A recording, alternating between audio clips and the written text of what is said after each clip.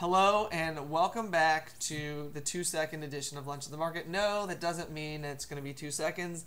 We're referring to the 2 seconds that divided the best team in the college football universe from the second best team in the college football universe. And apparently Chip Kelly's call to either A, go for it on 4th down and get stuffed and not kick a field goal, and B, try to run it out of the end zone instead of just punting the ball and getting hit for a safety, resulted in Oregon losing the national championship.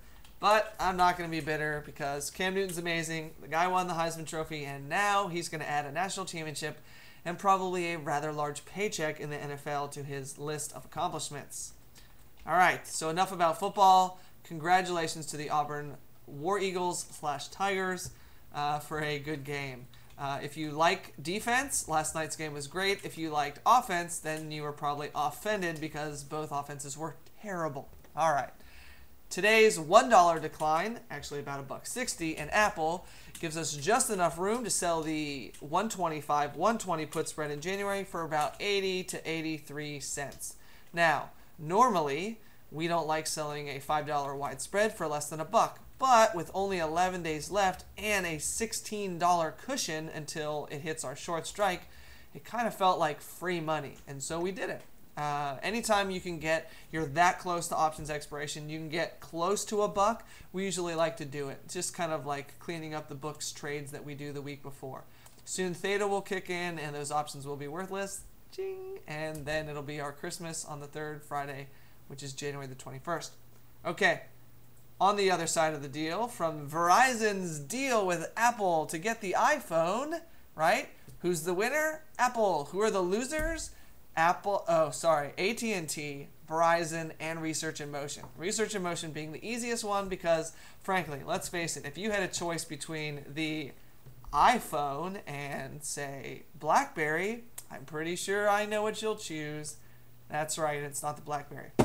More competition for Research in Motion means less phone sales for Research in Motion, which means less profits, which means a declining stock price, yada, yada, yada. The other thing, look, when all of you jokers get off my network and go over and get a Verizon iPhone and clog up their network, yeah, guess what that means?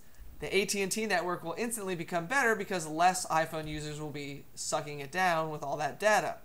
It also means that the Verizon network that they love so much, which doesn't have an iPhone on it right now, is going to be just as bad as AT&T's. And so that leaves only price to fight over. Nobody wins in a fight to the bottom. Well, except Apple, because they're getting subsidies from Verizon and AT&T to sell their phones. Okay? So the real winner is Apple.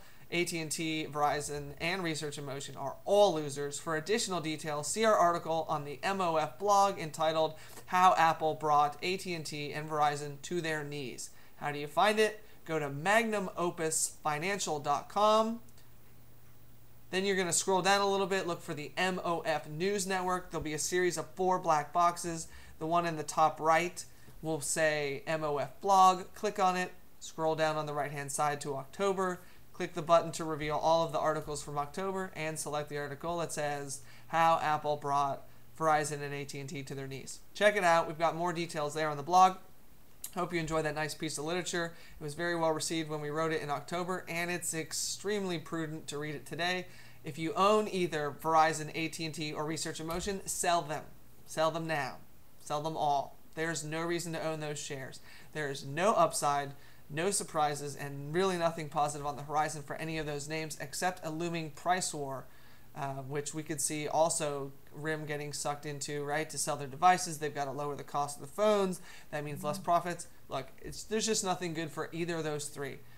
Am I saying short them? Absolutely not. They have great balance sheets, tons of free cash flow, and cash on the balance sheet. So I wouldn't short any of them, but I also wouldn't own any of them. So keep that in mind. Oh, and for those people that are going to switch to Verizon on your brand new iPhone in February, don't forget that you can't email and talk at the same time like you can on AT&T's network. That's okay. Just a little rubbing it in. I'm fine. Enjoy the nation's best network. All right.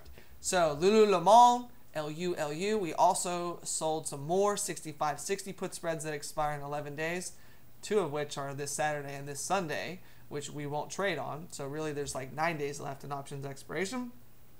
The stock is trading at about 67 right now, so we've got a $2 cushion on that, but again, we've only got 11 days. I think time's in our favor. Even if it goes against us, we'll just roll down and out like we did with the Deckers. Speaking of Deckers, it's finally back above $80 a share, which means that we're going to continue to stay short those January 80, 75 put spreads that we still have left. The rest of them we did roll down and out to the February 75, 70 put spreads in Deckers. That's where we stand. So unless you've got Verizon, AT&T, or Research in Motion, which you should sell, we're done for the day. There's really not a whole lot going on. The indexes are really barely moving. And that's about it. Thanks for tuning in for Lunch of the Market today. Have a great day, and we'll see you tomorrow.